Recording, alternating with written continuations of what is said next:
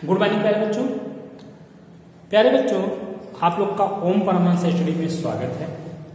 आज की टॉपिक हम लोग की है principal of superposition of wave. Principal of superposition of wave की जो हम बात करते हैं तो अभी देखिए, principal of superposition of wave की अगर बात करते हैं तो वेव आप क्लास 9 और क्लास 11 में आप पढ़ चुके हैं कि वेव क्या है, वेव कितने टाइप के हैं। वेव दो टाइप की होती है, ट्रांसवर्सल और लॉन्गिट्यूडिनल वेव आप पढ़ चुके हैं और हम लोग वेव को ही पढ़ते आ रहे हैं।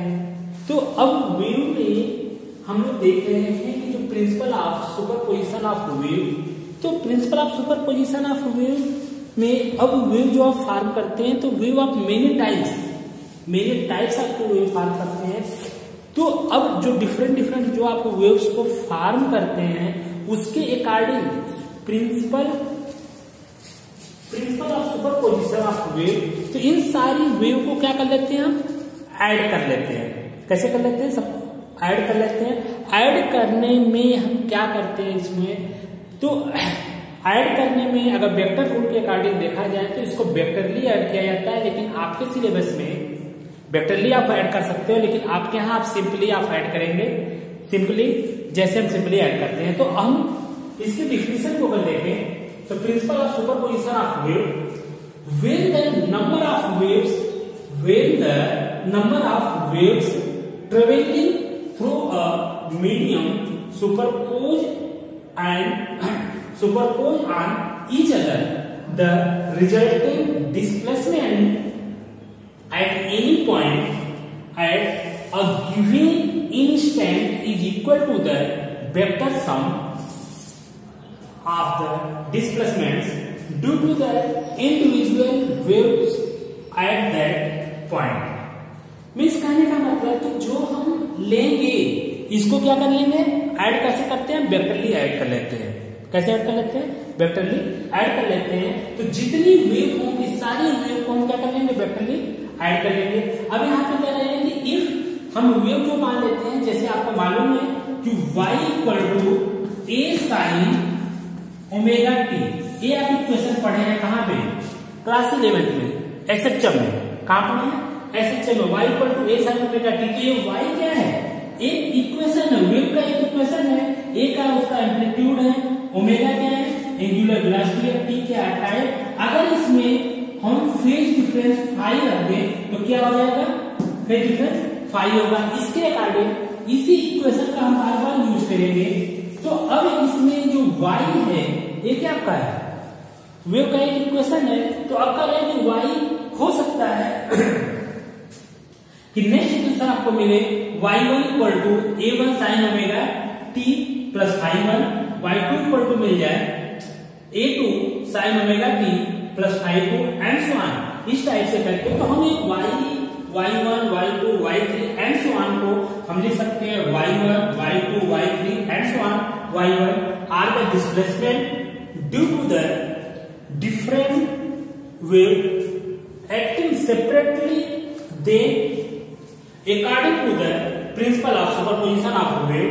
तो हमारा according to superposition of wave में क्या होगा, y = क्या होगा, y1 + y2 + y3 + y1। मतलब सारी वेव जो होंगी हम उसको क्या कर लेंगे, वेक्टरली ऐड कर लेंगे, वेक्टरली को ऐड कर लेंगे।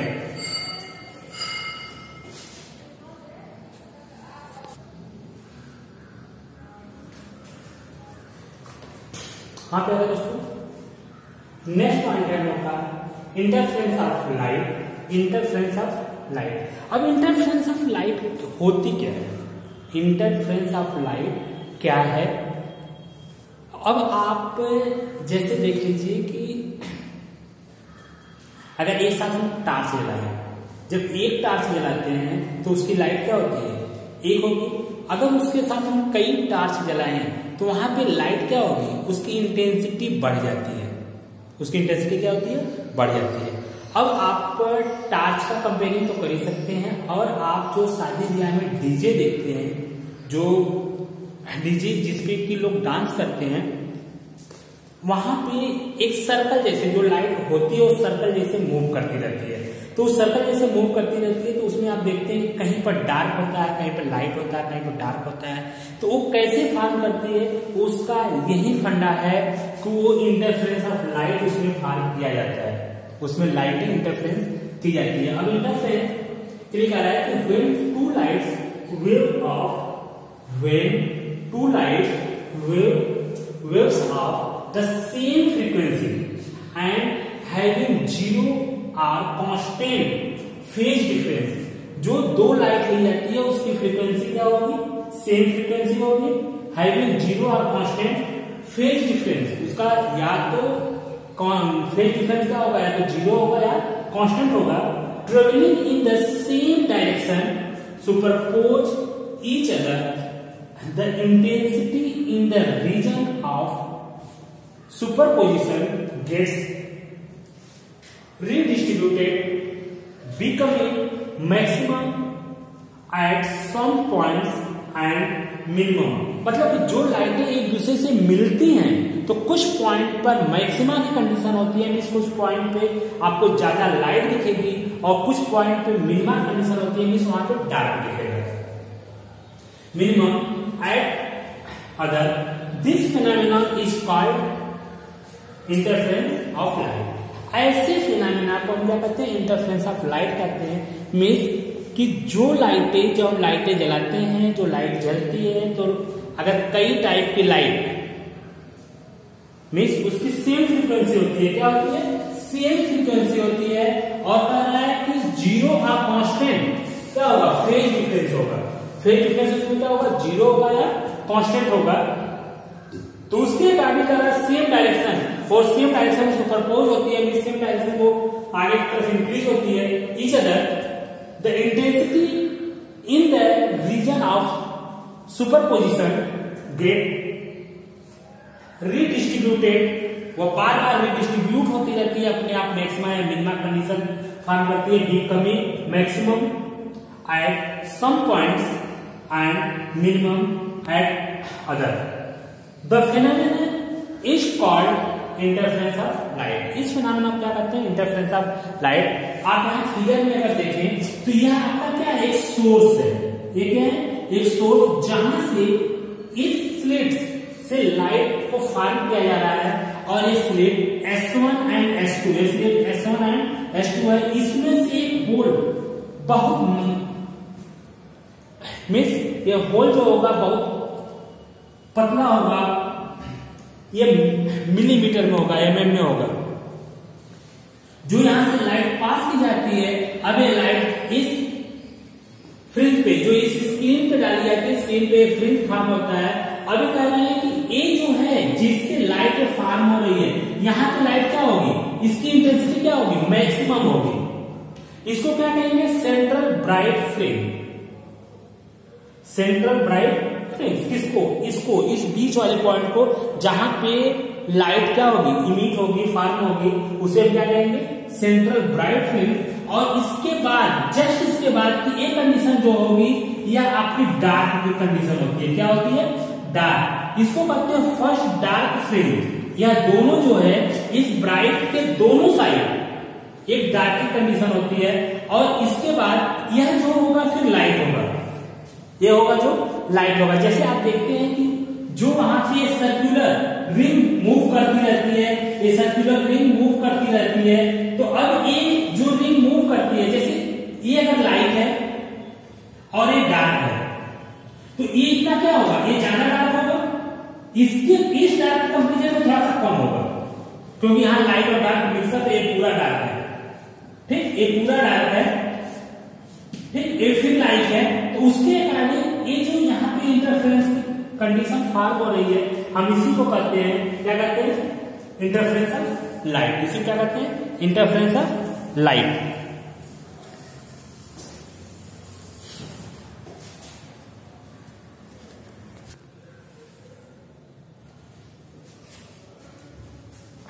हाँ प्यारे दोस्तों, आगे देखिए, ये आपका क्या है, सोर्स।